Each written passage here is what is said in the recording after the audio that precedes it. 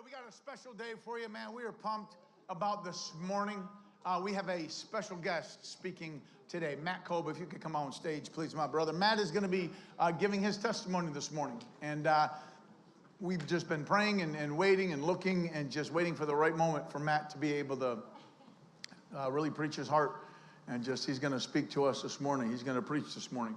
And you know Matt doesn't need a major introduction. He's been in this church for many years. He'll tell his story. It's his story to tell.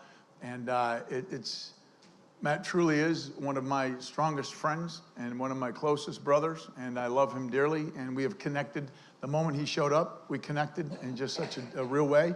And he'll talk on whatever he needs to talk on. But to have him in this morning and to have him here today and just be able to present truth, we're excited about it, man. We're pumped about it. And you know, when you come to a place to understand what it means to live thankful, and it's on purpose that he preaches today, the week before Thanksgiving, and just to know what it means to live a life, to live thankful, not just be thankful, not just for this week be thankful, especially on Thursday, but what it means to go through life and to live thankful. There's a difference from just being thankful, because it might be circumstantial, in order to what it means to really live thankful. And Matt is head deacon in this church, and we are so pumped about all. His hands are in so many arenas in this church, so many arenas. And he's touched so many of you in so many ways in this church. And I'm just telling you, I'm just so pumped about Matt having this opportunity to share his heart today to this church. And he's spent hours in preparation, which I love. Takes a lot to be up here. And I appreciate Matt so much and the time that you put into this. And I know you have, and it's exciting. Give me some love. Love you, brother. Whoa. Amen. Let me pray for you, brother. Let me pray. Father, I thank you for today. I thank you for this service. I thank you for our time in worship. God, we want to honor you in this place. You're the star of the show in this place, Lord. Nobody else. You're the star. We're here to acknowledge you. So, Father, bless my friend Matt as he presents your word. He presents his story, that it would bless all of us, God, that we walk out of this place full this morning, full of hope, full of being encouraged, being built up, and God, that we would learn what it is to live thankful. Father, thank you for Matt. Bless his family. Thank you for Lori and the girls. Encourage them and strengthen them.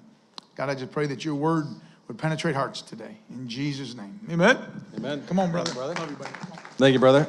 I'm laughing right now because I asked Nate if he would grab the table. Poor Nate. And last week, Nate had a little situation with water, in which case he threw a case of water in front of Sean. And this week I said, Nate, would you grab the table? And I'm kind of motioning to him like, not yet, not yet. And then Adam walks over and steals the table from him. Nate, I love you, man. You want to start over? We'll just take it over there. I love you, Nate. Sean, thank you so much. It's an honor. It's a privilege, certainly, to be here. Renee, thank you. I know this has been on your heart for some time now, and thank you for being a great coach and a great leader to me, a great friend to me.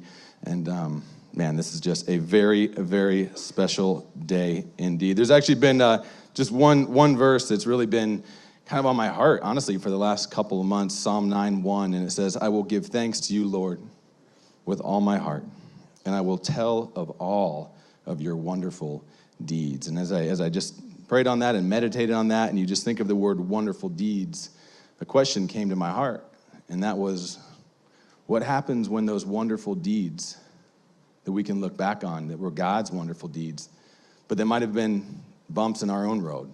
They might have been valleys. They might have been things we were going through at the time that was painful, that seemed like it was going to last forever. But when we look back on them now, as I look back on them now, they're wonderful deeds. And honestly, I'm just here today to share my story, to share my story. It includes, of course, my wife and my girls, but ultimately it's my history. But as you can see, it's his story. And we all have our history. And we all have his story in our lives. And man, we're so blessed for it. And I'm blessed to be here today. I love you guys. I was just looking around the room this morning just before coming up here, and I couldn't think of a better place to be on a Sunday morning than with you. And it's a special, special opportunity. Kind of down memory lane a little bit. I want you guys to do something for me. I want you guys to think back and think of the very first sermon you attended at Believers Chapel. I mean, for Sean, Renee, and maybe some of you, Lenny and Jenny, some of you, that was in their living room 10 years ago. Literally, your seat might have been on a couch or on a stairwell if you're one of the Oberg fellows. crazy. Maybe it was in the park when they outgrew their house and they had to move to the park just for a summer, and maybe your first service was bringing a lawn chair to a church, which is crazy, right? And I'm sure a lot of you guys, right, here today, this is maybe your first service, or maybe you've come here just in the last year and a half to 2 years since we've bought this building, done an amazing job with so many amazing, talented people, and maybe this is the place where your first service took place.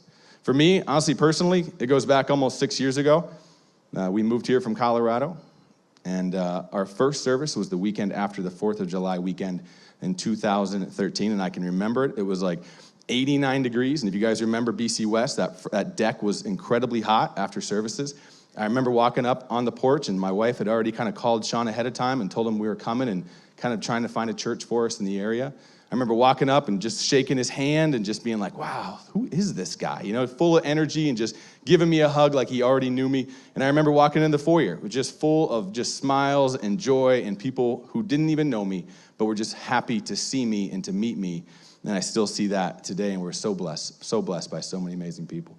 I actually remember the first words Sean spoke from the altar. The first words as I'm sitting, and I remember I was just kind of off here to my left and to the right as you're walking in, and I remember sitting there, and I just remember the first words that Sean spoke that spoke to me. I mean, I still today get goosebumps over these words, and I can hear it. It's like a clear voice, and it sounds like this: the Pittsburgh Steelers are God's team. I'm serious. I mean, right? You're feeling it. Like, it's Ben Roethlisberger, you're right there. Big Ben, I see another Big Ben. Like, goosebumps. And I mean, like, I'm looking at my wife, and I'm like, are you kidding me? And she's looking at me like, are you kidding me? Like, but you got to know something, guys. I was born in 1972, and in 1969, I had an older cousin who was a left tackle at Oklahoma State University. His name's John Kolb. And John was blessed to have been drafted by the Rooney family. He was drafted by the Pittsburgh Steelers, and he was drafted to protect Terry Bradshaw's blind side, and he did that for over a decade, won 4 Super Bowls with him, competed in a couple World's Strongest Man competitions. So if you're trying to put the connection together with the physique, like, now you got it. Like, it's just, you got it now, right? But the Pittsburgh Steelers story, guys, has always been an amazing intro for me. It really has. I was born to an amazing set of parents. Unfortunately, they divorced shortly after I was born, and my dad moved to Florida.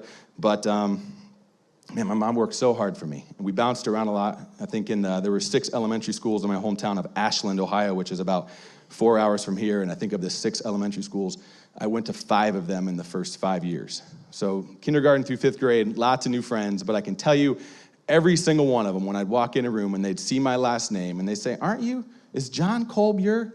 Yeah. And this is Cleveland Browns country, right? I mean, maybe you guys can kind of envision what that's like to live in a football world where you don't win very often. But listen, when you live in Cleveland, you don't win very often. And so when you're a Steeler, you stand out, right? And of course, I just had so many great friendships from that, and just blessed by so many amazing people that came to my life. By the 5th or 6th grade, God was doing a work. I didn't know it. I did not have a relationship with Christ. I can tell you that growing up. But he had a plan, and he always put so many great people in my life. There was a community church there about the size of BC, and man, guys were taking me in. Dads were taking me in as one of their own, taking me on family vacations.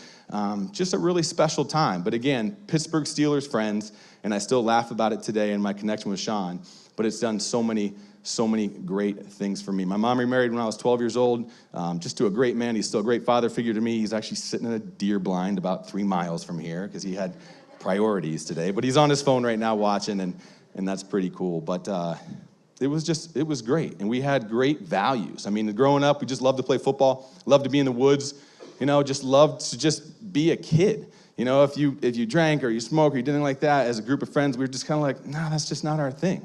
And thinking about that as a parent now, what a blessing to know that my son is growing up in that culture. But again, a great Christian culture, a great group of people. And although I probably didn't attend church 2 or 3 times with them my whole life growing up, they just had great values that they instilled on me as people. And I'm blessed by them. Unfortunately, when it came time to choose college, we didn't have a lot of money growing up, and so getting a scholarship for athletics wasn't in my future. Academically, scholarships were not in my future. And so I chose The Ohio State University. It was close to home. I could come home and do my laundry, 50-minute drive. But it just made sense. It was a good school, it was local, and off I went in the summer of 1991. And it was a short chapter. I can just tell you this right now, wrong people, wrong decisions. Ohio State University, if you look up the numbers, is an enrollment anywhere between 45 and 60,000 kids, from pharmacy schools to biology schools to med schools, all the way through undergrad. My opening class, introduction as a freshman, 3,500 kids. I graduated with like 280, so 3,500 kids. But it just didn't take long before I knew it wasn't gonna work out. So the summer after my freshman year, I came home, I was struggling, and I made the next best decision, which was, well, join a fraternity. It'll get better. It didn't get better. And by the end of my first semester, sophomore year, my mom set me aside and she said, it's time for a change. You gotta quit this. This isn't your lifestyle. It's time for you to leave. It's time for you to do something different. I think you should take a year off. And she did. She made the hardest decision as a parent. And she said to her son, I think you need to go and just follow a dream or a passion that you may have. Now, I grew up loving to ski. I know it sounds weird to ski in Ohio, but it's true. Just like loving to ski here, we've got great mountains. But my family friends I mentioned to you had taken me on a couple vacations. One of them was out west of Utah, and I just fell in love with the mountains. Fell in love with the mountains. So when she asked me, honestly, my first thought, I want to go to Colorado. I'd never been there. I'd never been to Colorado. Love the mountains, love the commercials on TV. You know, you think about just the amazing mountains in Telluride and Vail and Aspen, all these great places. But I wanted to go to Colorado, so she did. She got me some job interviews, believe it or not. She got me a local newspaper, which I was able to read for a couple months before leaving, and I packed up my Honda Accord along with a 9-foot rug. I don't know why it is, you just feel like you should take a rug with you when you move. But I took a 9-foot rug all the way across the country. I had no money. I had a couple credit cards.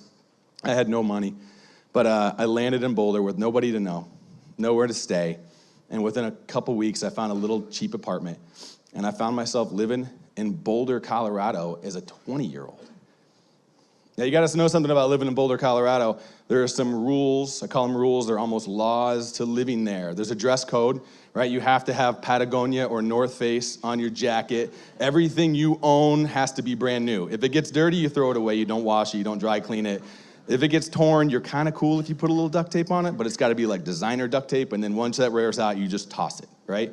You got to have hobbies, and not just like 1 or 2 or 3, but you have to have at least 6 hobbies, which you are evidently like seeking every single day that consume you. So of course it's like being on a cruise ship. You just check the box of the things you want to do, and I picked mountain biking and road biking and fly fishing and kayaking, mountain biking, and of course, I picked skiing. But unfortunately, these were expensive hobbies, right?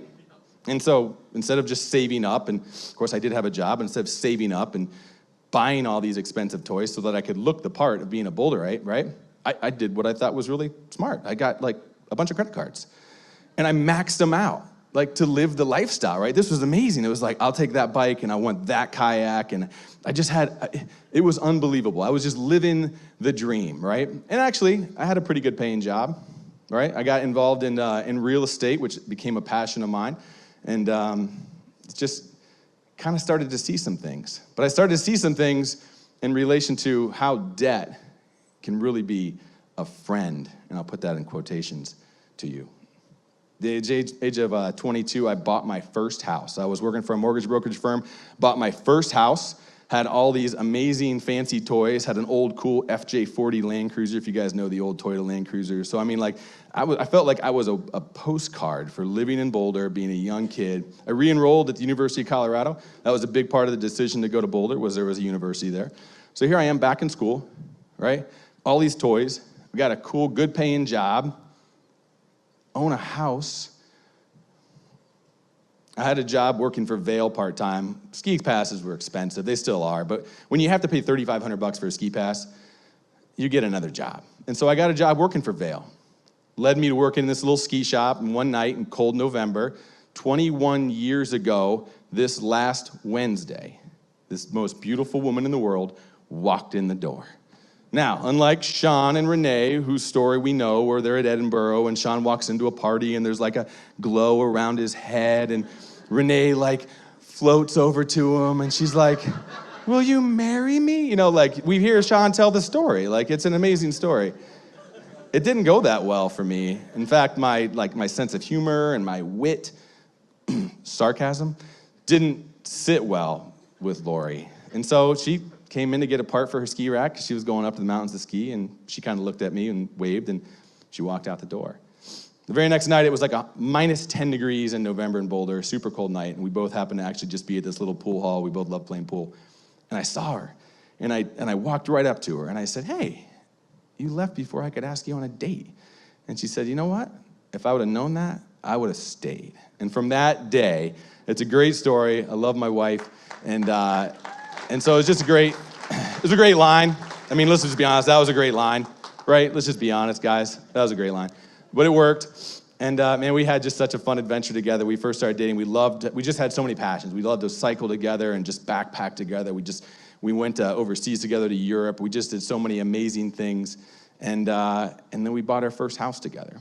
And that's when, as a couple, we started seeing, as I mentioned, kind of the power that you can get from leveraging property. So again, this is just real estate. So at the time, we're just kind of figuring this out. We didn't have much money. We both had good paying jobs, but of course you go and get a loan. At the time, you could borrow 97% of a house's value and put a couple thousand down and buy a $300,000 house. But that was just normal. It's what everybody else was doing. But we had some good times. And so, of course, as a couple, the 6 hobbies that we shared collectively weren't enough. So we took on triathlons together. Now, if you guys aren't familiar, triathlons are simple. You wake up at 3 o'clock in the morning, you drive to a really freezing cold lake, you jump in that lake for like 30 minutes, you get kicked in the head about 50 times by people. You jump out of the cold lake, you jump on a bike, you can't feel your legs or any other part of your body, and you sit on an uncomfortable seat and you ride around for like an hour or so, and then you jump off your bike and then you go run. And sometimes they'll give you like a cup of soup or something along the way, and you come back. And the payout's huge. It's huge. It's like you get a t-shirt and a cold slice of pizza, and you just want to do it again and again and again.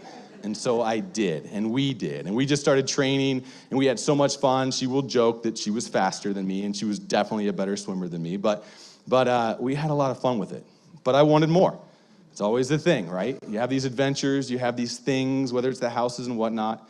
I wanted more. So I signed up for my first Ironman triathlon. Now, the Ironman triathlon is, again, it's a triathlon, but it's a little different. It's 2.4 miles of a swim. It's 112 miles on a bicycle. And you get off the bicycle, and then they make you run a marathon, which is 26.2 miles. But the payout is much, much bigger. You get a sweatshirt and a burrito. And the burrito's hot. It's like a Chipotle burrito. And so if that doesn't make you want to do an Ironman right now, I don't know what does. But of course, I said to my wife, because you have to sign up a year in advance, I was like, "Babe, we're doing this together." And she's like, "I'm not doing it."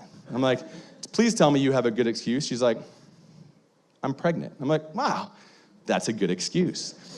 So I went off and I did my first Ironman by myself. My wife toted around our young Adeline, less than a year old, following me all over the race course, cheering me on with sweatshirts and signs and all the stuff they had made, and it was fun. But I wanted more. So this time I wanted Hawaii. Hawaii is the championship. If you qualify for Hawaii, which basically I did my first Ironman in like 12 hours. If you do it sub 10:3, so under sub 10 hours and 30 minutes, you get to go to Hawaii. And there you get to get kicked in the face by a bunch of people in salt water. And the payout's way bigger because you get a medal and a burrito and a sweatshirt. So, I mean, the payout just keeps bigger and bigger as you go. So I went to my wife. I said, "All right, you had a good excuse the first time. Tell me you have an excuse not to do another Ironman with me." She's like, "Actually, I have 2 good excuses. I'm pregnant with twins." Man, she just kept upping her game, like literally just kept upping her game every time.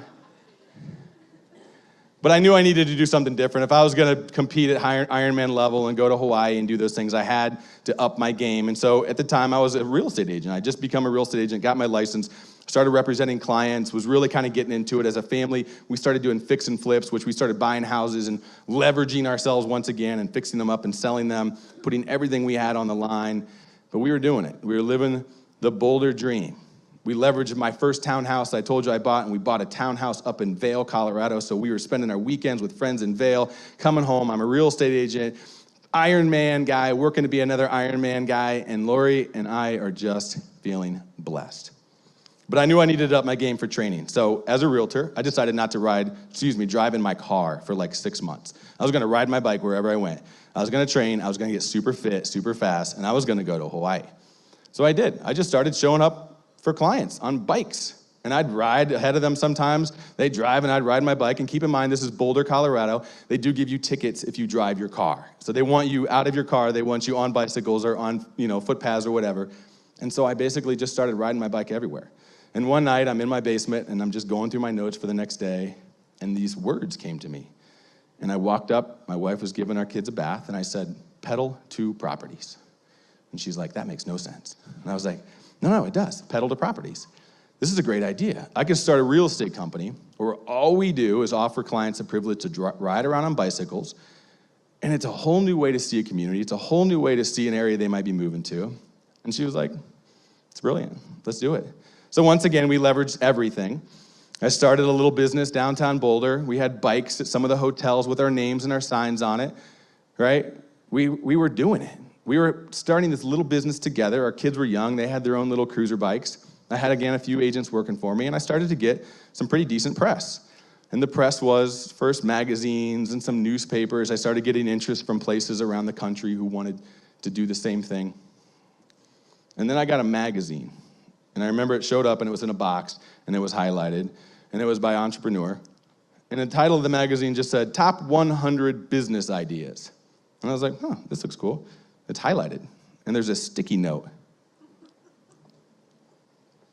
So I flipped to the sticky note, and right there under Aspen Ski Resort, for some crazy cloud seeding program they had started where they could make snow whenever they wanted it, it said, pedal to properties, Boulder, Colorado.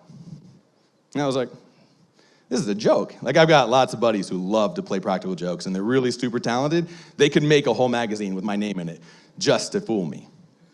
None of my buddies did it. It turns out it was true. They had picked me up as some idea that was just riding bicycles around town on cruiser bikes.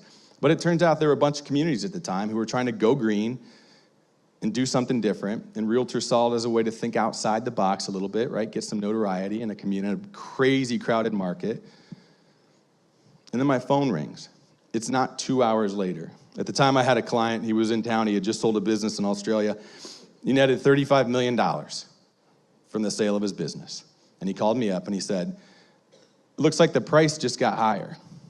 He was just my client. I was helping him buy a house. Like, I don't know what you mean. He goes, I want to partner with you. I think we can take this thing around the world. I think we can franchise the idea. I want to meet you tomorrow. I'm bringing an attorney. I want to be your partner. And I want to franchise Pedal to Properties. So I go home and I tell my wife, and I'm just like, it's happening. Like, all the hard work and all the risk taking and all that, it's happening. So we do it. We partner. And my business partner buys a huge building downtown, millions of dollars, in exchange for some money to buy into my company. He gives us some real estate property in South Bend, Indiana, where the Notre Dame is. We own 13 houses in Notre Dame, with all in 2 weeks. We own houses in Notre Dame, right? We've got this crazy corner building with our name all over it. I get a call from the mayor, and she says, hey, HGTV's coming to town. They want to promote one realtor in our community, and we want that person to be you. Now, most realtors beg HGTV to get on there, they want to be on House Hunters. It's a big deal. And if you're still up at 4:30 in the morning, every 18 weeks, you can probably still watch me on House Hunter. But I got on House Hunter. I was asked by Discovery Channel to be on another episode, again, just based on this little quirky idea of riding around on bikes. It was unbelievable. It was a crazy journey. We were on private jets to Vegas. My business partner was making promises to both of us. Within a year, you guys will be millionaires. We started looking at $1 million farms. We did. We just started looking at properties. We didn't have hardly any money in our bank, of course, because it was still going to the business. But we started looking at these amazing properties because we knew what was going to happen. Lance Armstrong was, I'll say it, an idol of mine. An idol of mine. Every single one of his Tour de France races, I watched every single one of them. And it was my dream to go and ride and just watch him. So in the summer of 2010, his last Tour de France with the Radio Shack team, I took a couple buddies. I flew to France, and on the Pyrenees Mountains, we basically stood, and we watched Lance Armstrong. It was amazing. And we came back after 2 weeks, and I came to my office after hugging my wife and going right to the office, and I had a letter. And the letter said, Matt, after much consideration, I now realize that our business venture is not what I want to do. The idea isn't as big as we thought, and we have two options. We can shut the business down right now, or you can pay me $1 million and I'll walk away. There's a terminology sometimes you'll hear people say, which is called lawyer up, right? I don't know what that means. But when you got like 30-some $million, you can lawyer up real quick. My wife and I hired an attorney, and for a year, we fought. We fought to get what was ours back because it was our idea. This guy came in, took us to this place, and then literally just walked away. At the end of about a year, we had leveraged again everything. We had family who backed us, who said, I don't want this guy to take this from you, and I'm backing you. I'll take my 401k, and I'll give it to you guys. I'll take my retirement, and I'll help you guys. So we came to an agreement after about a year, but by then I was done. I was tired. I was exhausted. The real estate market wasn't doing well. And I checked myself into a hospital. I was convinced I was having a heart attack. About a week later, Lori said, there's a church down the road. I think we should go. Again, I didn't have a relationship with Christ, guys. They had this sign. I used to ride next to this church all the time. They had these giant billboards that they would hand paint. And for a month, I'd ride by, and the particular sign said, God allows U-turns. That's a cool sign. So we went. And I picked up the bulletin, and right at the top, first verse, 2 Chronicles 7:14. If my people who are called by my name will humble themselves and pray and seek my face and turn from their wicked ways, then I will hear from heaven. I will forgive their sin, and I will heal their land. Now, that didn't really resonate with me, honestly, at the time, but the sermon did. I joke about Sean's Pittsburgh Steelers first speech, so to speak. There's so many sermons Sean has spoken to me that just touch my heart. But this one in particular was about a young man who had everything. He had his father's love. He had money. He had a future inheritance. He had security. He had it all. But it wasn't enough. And so he decided to take what was rightfully his and go off to the distant far land to make a bigger, better life. A bigger, better dream, right? Only he ended up in a pig pen. Now, I raise pigs. A pig pen is not where you want to be at all. But while he was in that pig pen, he had a revelation. And he basically said, this was the wrong path. I'm going to go back to my father, and I'm going to tell him, I've sinned against you. I'm sorry. I'll be the lowest person in our household, below the slaves. You guys probably recognize this story. It's the prodigal son. And it was the first sermon I heard in the exact day that I accepted Christ as my Savior. The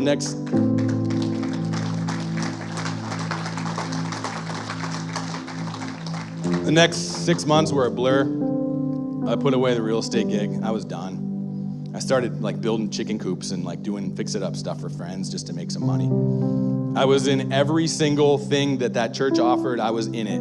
FPU class, Financial Peace University, I was in it. In fact, it's great. I remember the first FPU class, and this Proverbs was put up on, it was put up in the first 5 minutes, first FPU class, Proverbs 23. Don't wear yourself out to get rich. Don't trust in your own cleverness. Cast but a glance at riches, and they're gone. For they will surely sprout wings and fly off to the sky like an eagle. That was me. I wore myself out to get rich, right? It all seemed to make sense at the time. We were building a nice lifestyle for ourselves, but I wore myself out to get rich. I ended up in a hospital bed. I gave my life to Christ, and everything I did after that minute changed. Now, this wasn't an easy time in our lives. I'm going to tell you this was the hardest time in our lives. Real estate market had tanked.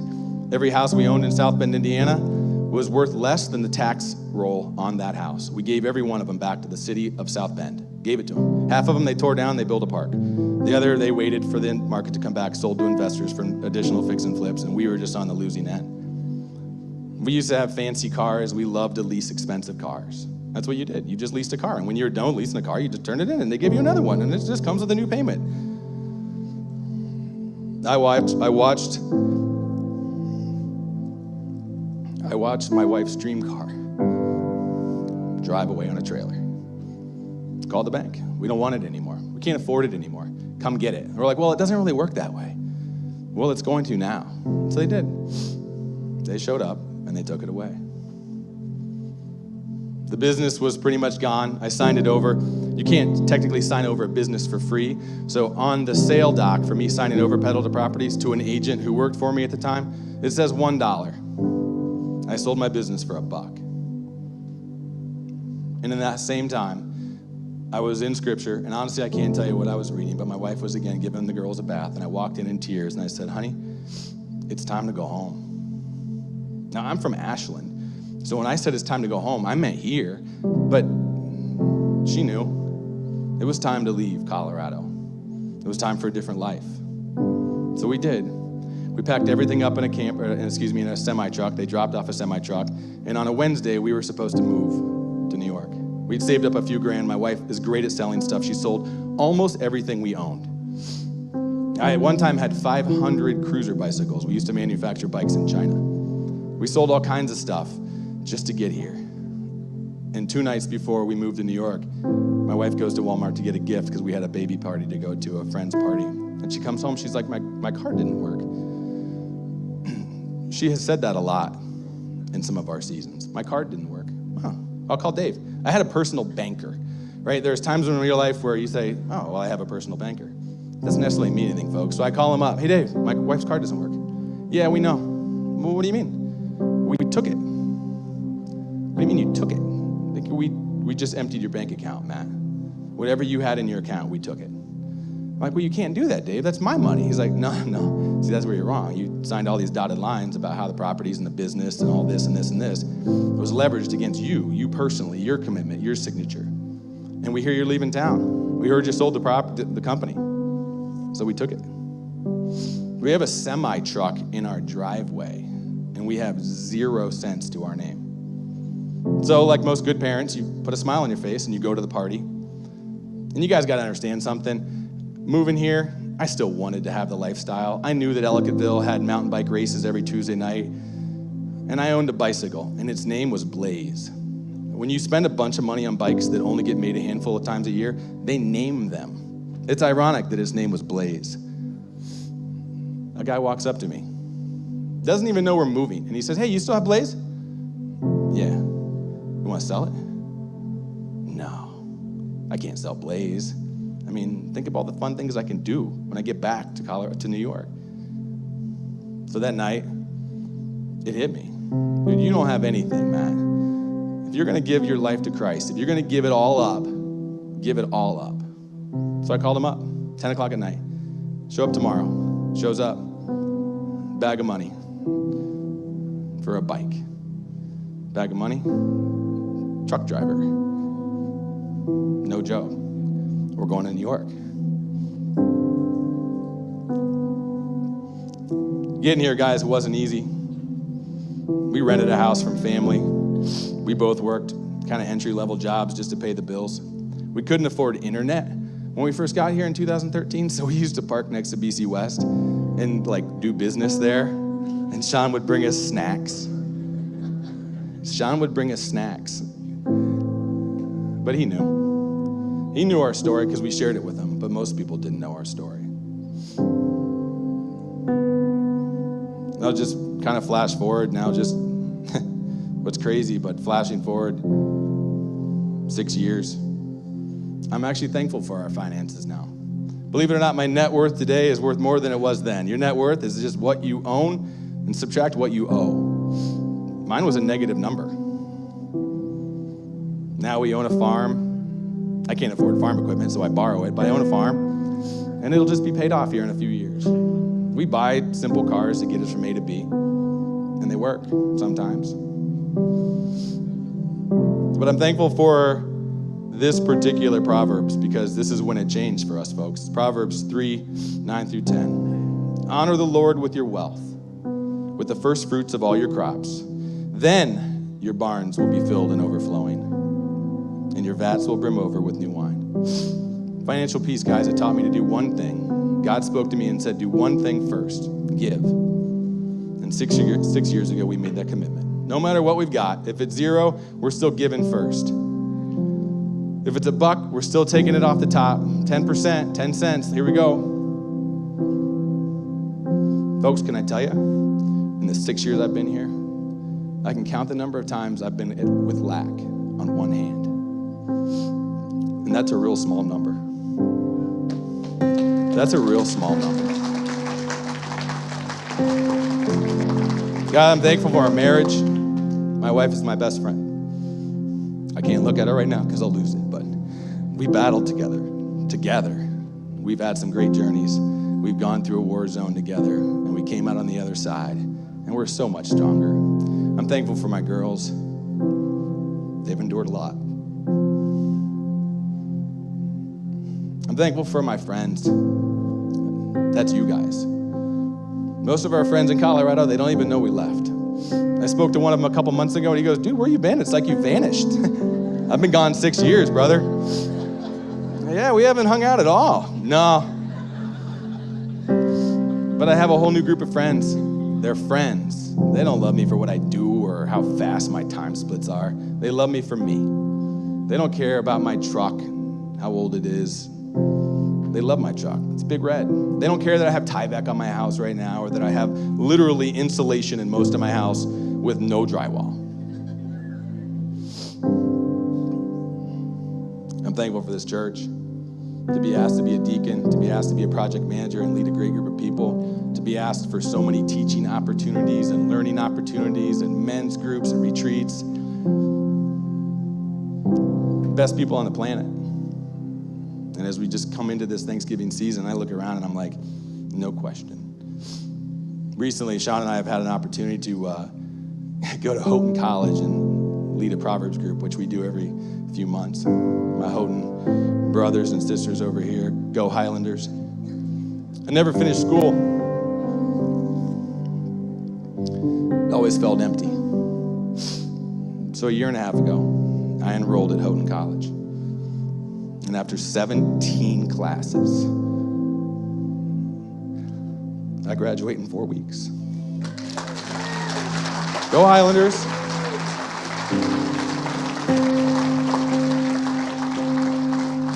Don't wait till you're 46 years old to graduate college. It's really hard. My kids make fun of me because they know more than I do. Dad, you don't know how to do that?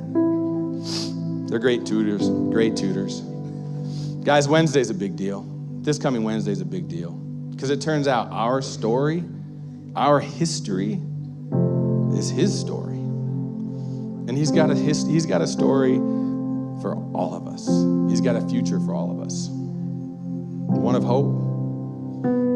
I cannot wait to fill this place Wednesday.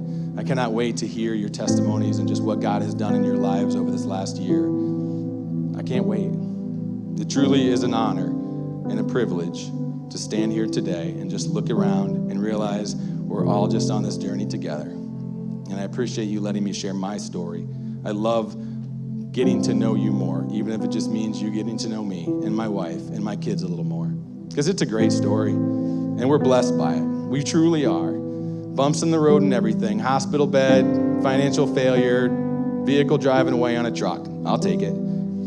I'll take it, because I'm here today because of it, and that's the blessing. So thank you again, Sean and Renee. Can't wait to see you guys Wednesday.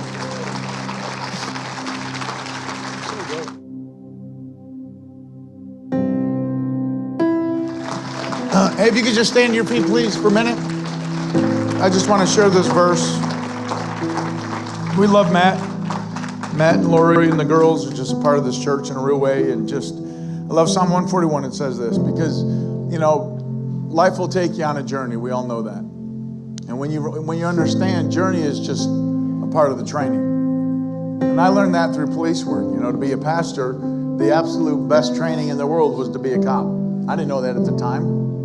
When you're going through it, you don't know it at the time of what God has planned for you. But what happens when you know that you have a God who knows all things, and he knows your future, and he knows what you need to go through to get you where you need to be. Like, what happens if you buy into that truth?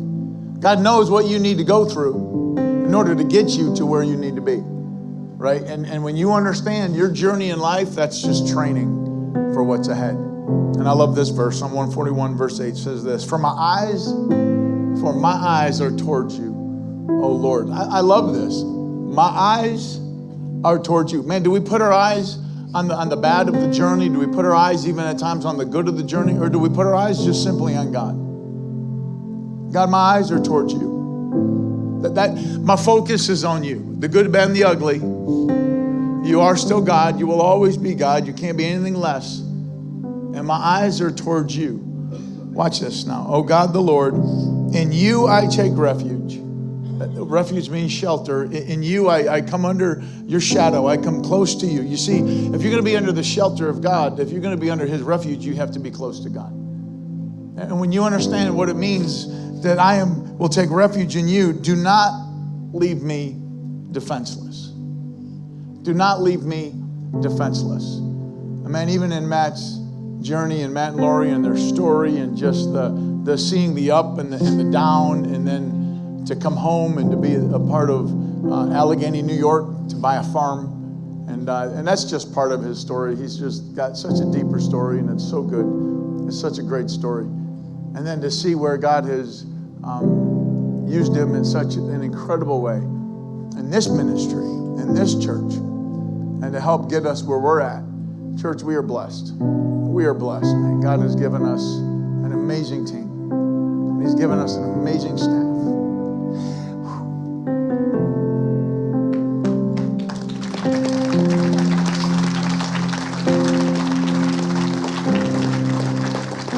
Come on, and he's given us just people in this church that, and Matt and I have talked, there's the idea of what it is to move from Boulder, Colorado to a farm in Allegheny, New York, and the difference of people.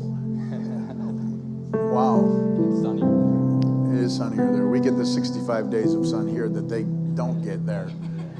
Yeah. But as a church, we just want to say thank you. And there's so much that's ahead for Believers Chapel. There's so much ahead for this congregation, and for this community, and for this church. And I love Matt and Lori, and Addie and Hayden and Lindsay, and just what they bring to the table here and what they've done. And just to hear going into Wednesday night what it means to go through a journey. And we all go through a journey. What it means to live thankful. What it really means to know the journey and to be thankful. To be thankful for the journey. That's tough at times. But what it means to live thankful. Wednesday night's going to be a special night, man. Don't miss it.